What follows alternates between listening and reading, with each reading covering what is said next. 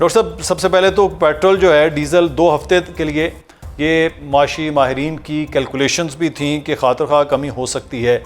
आलमी मंडी का भी जो हमने देखा उसमें भी एक तरह से जो रिलैक्स मिल रहा था वो पाकिस्तानियों को उस तरह नहीं मिला। 1 रुपया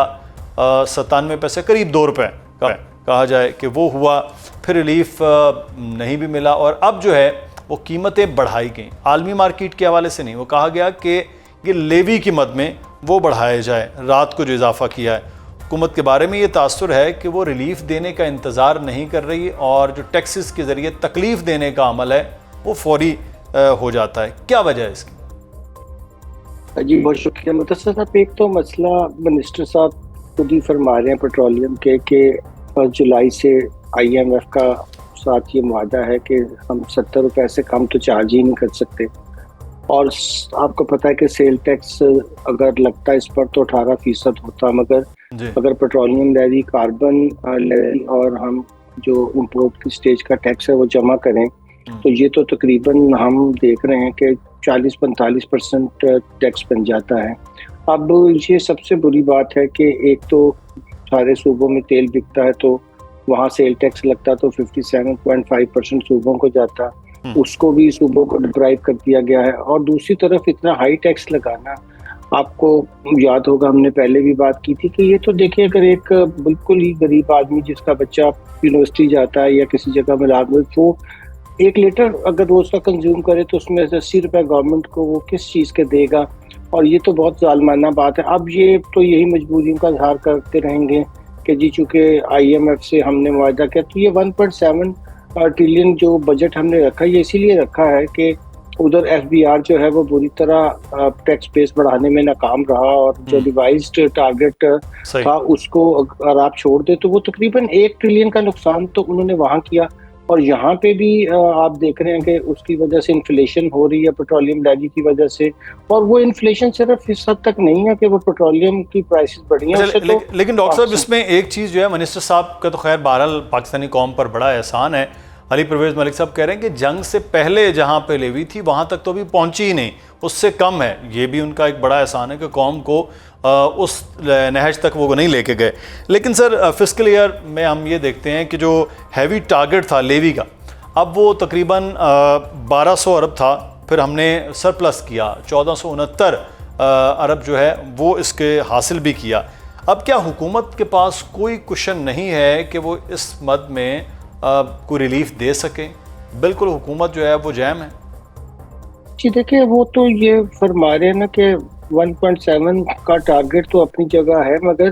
पर लीटर का भी इन्होंने अब उनसे मुआहदा कर लिया है कि हम 70 रुपीज़ से कम नहीं लगाएंगे। हालांकि ये बात तो दुरुस्त नहीं है कि आप टैक्स जो है आपके अगर मुल्क में सेल टैक्स का रेट वैसे पाकिस्तान में वो भी हाई है, चलिए 18% है, तो आप कोई ऐसा टैक्स लगाएं जो पार्लियामेंट ने तो 18% कहा हो और आप उसको 50% लगा दें, तो उसके लिए कोई ये भी तो नहीं ना, आइन की भी तो कोई उसमें मौजूद नहीं है आपके पास सपोर्ट, क्योंकि वो तो हर टैक्स तो लगता है एक एक्ट ऑफ पार्लियामेंट के तहत। आपने देखा जो आर्टिकल 77 इस पे बिल्कुल क्लियर है।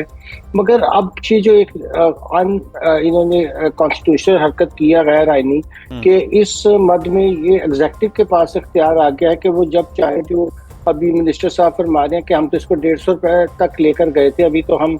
70-80 पर ही पहुंचे हैं। तो ये एक ऐसा माइंडसेट अब जाहिर कर रहा है कि एक तो ये फेलियर जो पूरी है फिस्कल मॉडल की उसकी तरफ इशारा है, दूसरी गैर आइनी बात भी है। एक तो सूबे तो इस पे बात नहीं कर रहे हैं कि भाई हमारा जो लेजिटिमेट सेल टैक्स था वो कहाँ गया, मगर दूसरी तरफ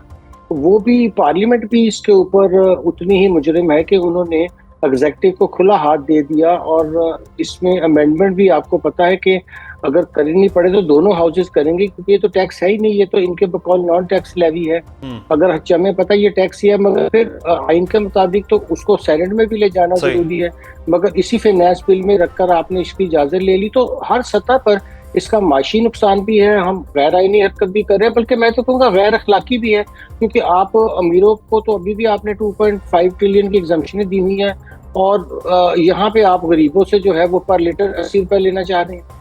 ये तो बहरहाल जो एक आम आदमी है और डायरेक्ट टैक्सेस है उसमें ये सबसे आसान तरीका है पाकिस्तान के पास, और चाहे वो FBR है, चाहे वो गवर्नमेंट है, वो चलाते हैं। लेकिन अभी हम IMF प्रोग्राम में, डॉक्टर साहब, सवाल ये है कि IMF प्रोग्राम में है 1600 अरब का फिर लेवी के टारगेट रखा हुआ है, तो अगले आने वाले दिनों में पाकिस्तानी मज़ीद तैयार रहें कि पेट्रोल डीजल महंगा होगा, और वो भी लेवी की मद में? जी बिल्कुल, ये तो देखिए जैसे ही एक आम सी बात है कि आगे जाकर डिमांड में भी कमी होगी, क्योंकि लोग जो हैं वो अब जहाँ ज़्यादा इस्तेमाल करते कम करेंगे, तो जब ओवरऑल इनका बजट पूरा नहीं होगा तो फिर ये लेवी को बढ़ाते रहेंगे। और ये बात तो सबसे ज़्यादा सोचने वाली है कि क्या एग्जेक्टिव के पास ऐसा अख्तियार होना चाहिए कि वो जब चाहे टैक्स का रेट बदल दे, क्योंकि टैक्स का रेट का अख्तियार तो सिर्फ पार्लियामेंट को है, और वो ऐसी पावर डेलीगेट भी नहीं कर सकती कि वो एग्जेक्टिव को कह दे कि आप जो मर्जी करते रहें। और यही वो तकलीफ की बात है कि इस आईनी पोजीशन का IMF को भी पता है, पाकिस्तान को भी पता है, सूबों को भी पता है। चलिए आप और हम तो बात कर रहे हैं, मगर वो तो इसके ऊपर सूबे भी नहीं बोल रहे हैं कि भाई आपने किस तरह जो हमारा 57.5% शेयर बनना था इसकी सेल में, वो आपने सिरे से ही हमें इसमें से निकाल दिया है। और ये एक तरह से हम देखें तो बहुत ज़्यादा आगे जाकर प्रॉब्लमेटिक इसलिए भी होगा कि मुझे ये नज़र आता है कि आपकी डिमांड जो है वो डोमेस्टिक की जो ज़ाहिर है 70% तो हमारे ये मोटरसाइकिल्स वाले भी इस्तेमाल कर रहे हैं। अब मैं देख रहा था कि आहिस्ता आहिस्ता लोग उसका इस्तेमाल कम कर रहे हैं, और बहुत सी जो हमारी अब इलेक्ट्रिक स्कूटीज आई हैं उसकी तरफ रुझान बढ़ रहा है, क्योंकि कोई बंदा भी बर्दाश्त नहीं कर सकता जो इसका बोझ है। और ये फिर सारी जिंदगी के दूसरे शोबों पर भी, जैसे आपने खुद भी फरमाया, ट्रांसपोर्टेशन तो हर जगह इन्वॉल्व है, चाहे वो गुड्स की हो, चाहे वो चले इस पे जो आप बात करें ना, मुझे तो डर है कि कहीं ये इलेक्ट्रिक स्कूटीज और इन पे भी कोई इजाफी टैक्स न लग जाए कि ये जो इलेक्ट्रिक स्कूटी चार्ज करेंगे वो ज़्यादा बिजली महंगी इस्तेमाल करेंगे, वहाँ भी कोई ऐसा मसला ना हो जाए। लेकिन रोड ट्रैवल के हवाले से अभी हम देख रहे हैं कि नेशनल हाईवेज़ पे 70 रुपये जो छोटी गाड़ियाँ थी, कार थी, उन पर 100 रुपया कर दिया गया, यकमुश्त वो तकरीबन 100 रुपया कर दिया। और आज से 2-3 साल पहले ये रेट ऑलमोस्ट हाफ था, और उसके बाद अचानक ही इतना ज़्यादा बढ़ाना 400 से 700 हो गया। कराची से डॉक्टर साहब कार्गो जो एक बड़ा है वो चलता है, तो वो तकरीबन 20 के करीब टोल प्लाज़ों से गुज़रता हुआ पेशावर पहुंचता है। अब उस पर तकरीबन 14,000 रुपये उसकी सिर्फ टोल की मद में वो अदा करेगा। जब वो टोल की मद में इतने अदा करेगा, उसके बाद वो कीमतें बढ़ेंगी गुड्स पर, ट्रांसपोर्ट पर, बाकी चीज़ों पर। तो जब एक सेक्टर के हवाले से सोचा जाता है कि यहाँ से रेवेन्यू बढ़ जाएगा, नेशनल हाईवेज़ इतना कमा लेंगे, दूसरी जानिब जो एक आम आदमी है बाकी उस सेक्टर्स के हवाले से पॉलिसी नहीं सोची जाती है। एक तरफ कर लिया, दूसरी तरफ सबके लिए वो मुसीबत बना दी जाए।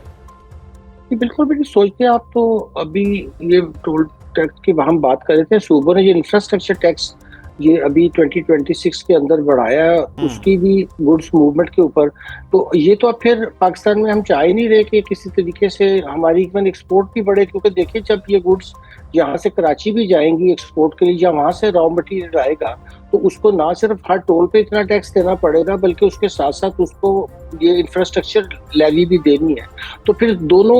जो चाहे वो सूबाई हुकूमतें हों या वो वफाकी हो, दोनों का जो मॉडल है वो तो एक एक्सट्रैक्टिव मॉडल बन के रह गया कि बस हमें इतना रेवेन्यू इकट्ठा करना है, हमने अपने एक्सपेंडिचर कम नहीं करने हैं, हमने अपना साइज गवर्नमेंट्स का जो वो गवर्नमेंट का साइज भी बढ़ाते जा रहे हैं, नई से नई अथॉरिटीज बन रही हैं, नए से नए महकमे बन रहे हैं। तो ये फिर तरीका उसको चलाने का उनकी नज़र में तो यही है कि हर चीज़ पे जहाँ इजीली टैक्स इकट्ठा हो सकता है, और जो जहाँ लोग के पास कोई चॉइस नहीं है, चाहे वो पेट्रोल हो या सफ़र करना हो, इस किस्म की लेवी जो चाहे वो रोड ट्रैवल में है या सबसे आसान तरीका पेट्रोलियम मसनूआत में है, फिर जो डायरेक्ट टैक्सेस है उसकी